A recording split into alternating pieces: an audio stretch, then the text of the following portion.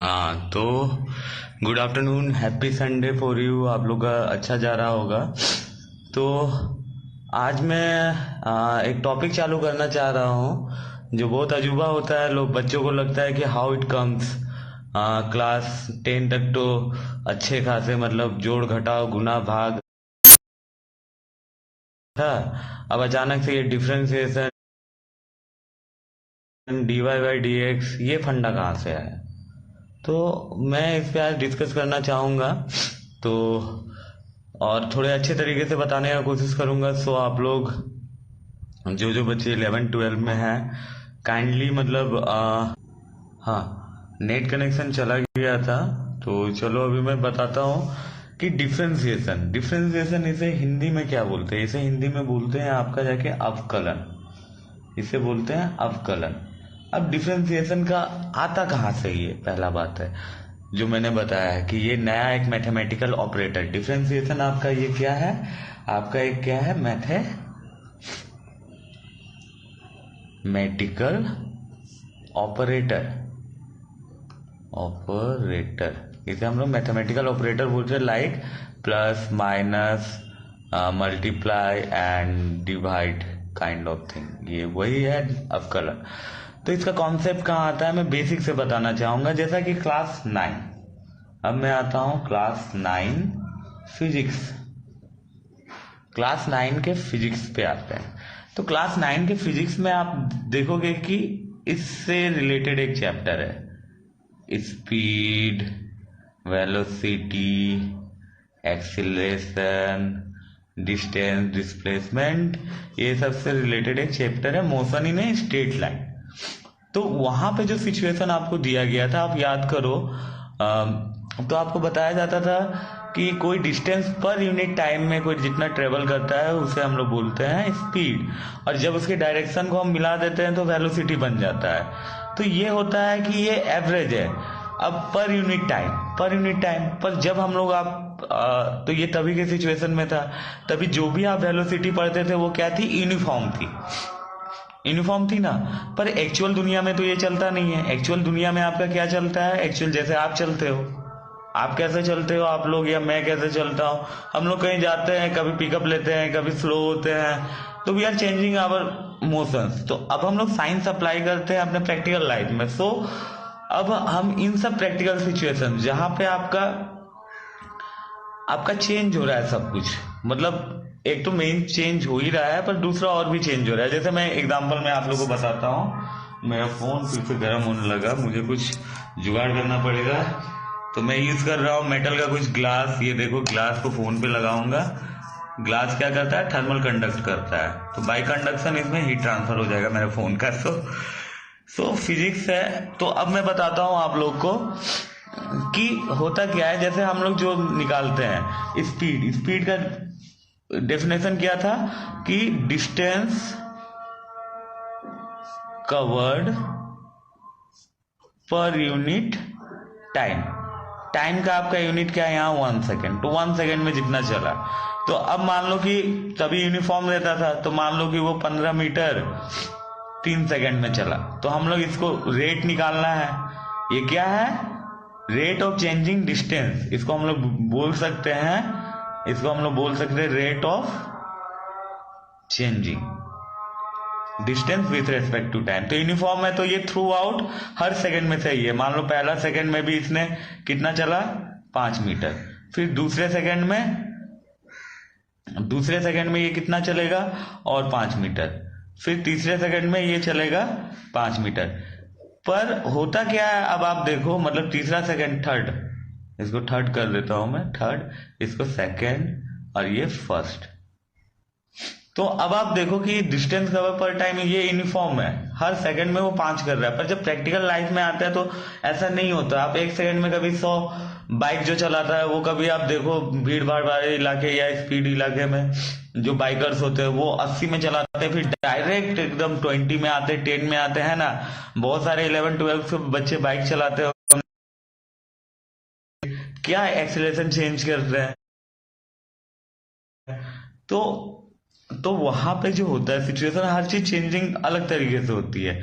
मतलब यहाँ पे ये पर यूनिट से गर्म हो रहा है पूरा धीरे धीरे।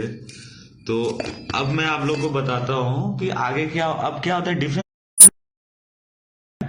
कि जैसे पर यूनिट सेकेंड है। अब हाँ, तो अब देखो डिफरेंशिएशन में क्या होता है कि डिफरेंशिएशन जो होता है dy बाई डी एक्स।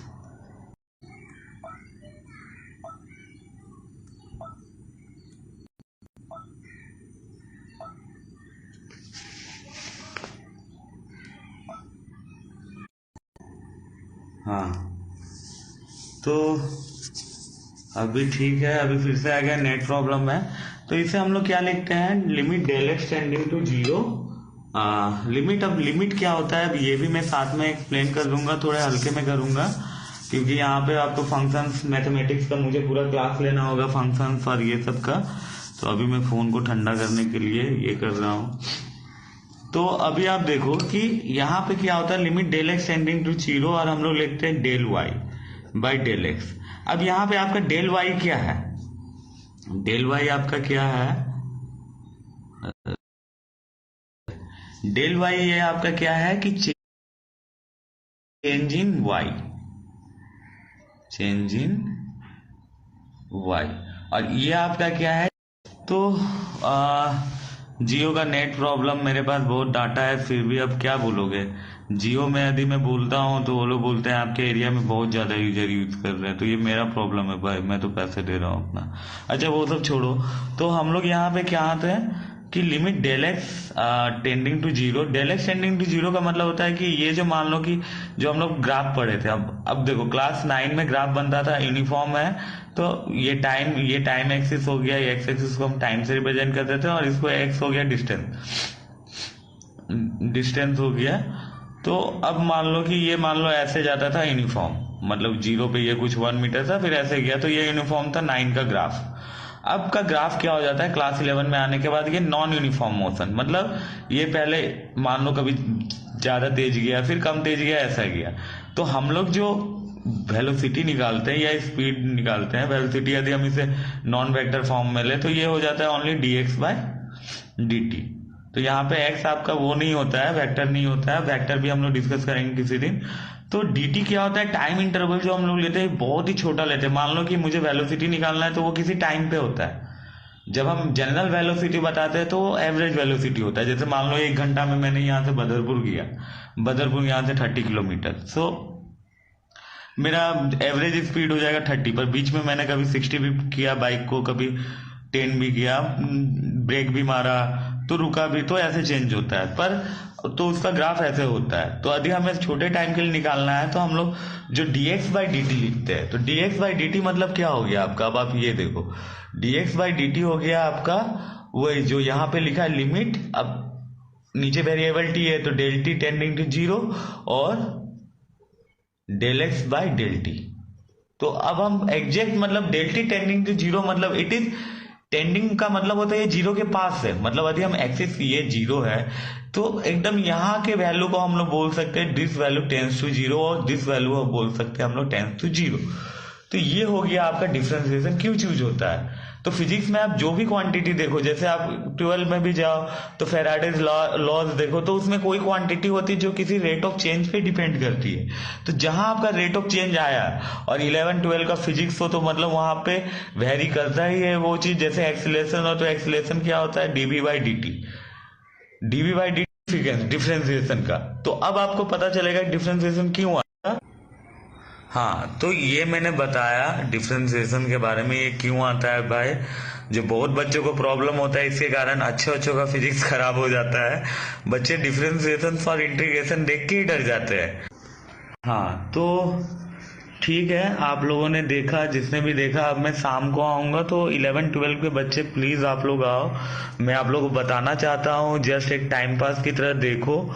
और मैं जो बता रहा हूँ आपको बहुत ही सिंपलेस्ट वे में, बहुत, क्योंकि मैंने पहले ही अपने एक वीडियो में बोला था कि एजुकेशन कोई बड़ा हुआ नहीं है, लाखों लोग इसको पढ़ते हैं, तो पढ़ने का तरीका आना चाहिए। You have to find the nice way, just like in जो लोग इंग्लिश देखते होंगे, नेटफ्लिक्स देखते होंगे, तो लाइक इन मनी हैस्ट, वही बोल रहा था, मनी हैस्ट में जैसे क्या बोलता है, इतना बड़ा उन लोगों ने चोरी किया, बैंक वैंक लूटा। तो प्रोफेसर क्या बोलता है, प्रोफेसर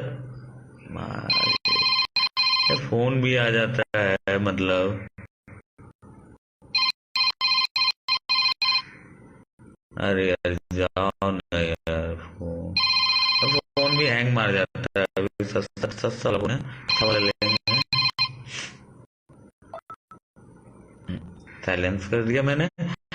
अब मैं आप लोगों को पास्कल लॉ यूज करके आप बड़ा दीवार कैसे तोड़ सकते हो। तो पास्कल लॉ क्या है, ये आपका प्रेशर से रिलेटेड है। तो पास्कल लॉ क्या करता है, पास्कल लॉ में आप क्या करोगे, जैसे ये दीवार है मेरे रूम का, मैंने यहाँ पे 5-6 ड्रिल मार दिया बड़ा बड़ा एकदम। तो इसका क्या हो गया, जब मैं फोर्स अप्लाई करूंगा तो अप्लाइंग एरिया उसका रिड्यूस। तो अप्लाइंग एरिया रिड्यूस मतलब उसमें प्रेशर ज्यादा। तो ये वॉल मोटा से मोटा वॉल एक सिंपल फिजिक्स से टूट सकता है। तो सोचो एक सिंपल फिजिक्स फॉर्मूला लगा के पास्कल भैया कब बनाए थे और इतना बड़ा बैंक लूटा। तो so it is kind of you know physics on something, समझे ना। तो ठीक है। तो आप लोग मतलब वही देखो कि मैं कैसे आप लोग को एक्सप्लेन करता हूँ बहुत सिंपल वे में। So I use in nice way and और बाकी बच्चों को यदि कोई प्रॉब्लम होता है तो आप लोग पूछो यार। If you are not asking that, then I am thinking you are completely understanding or you are avoiding me, you people. So please respond me how you like, how it is beneficial for your child, your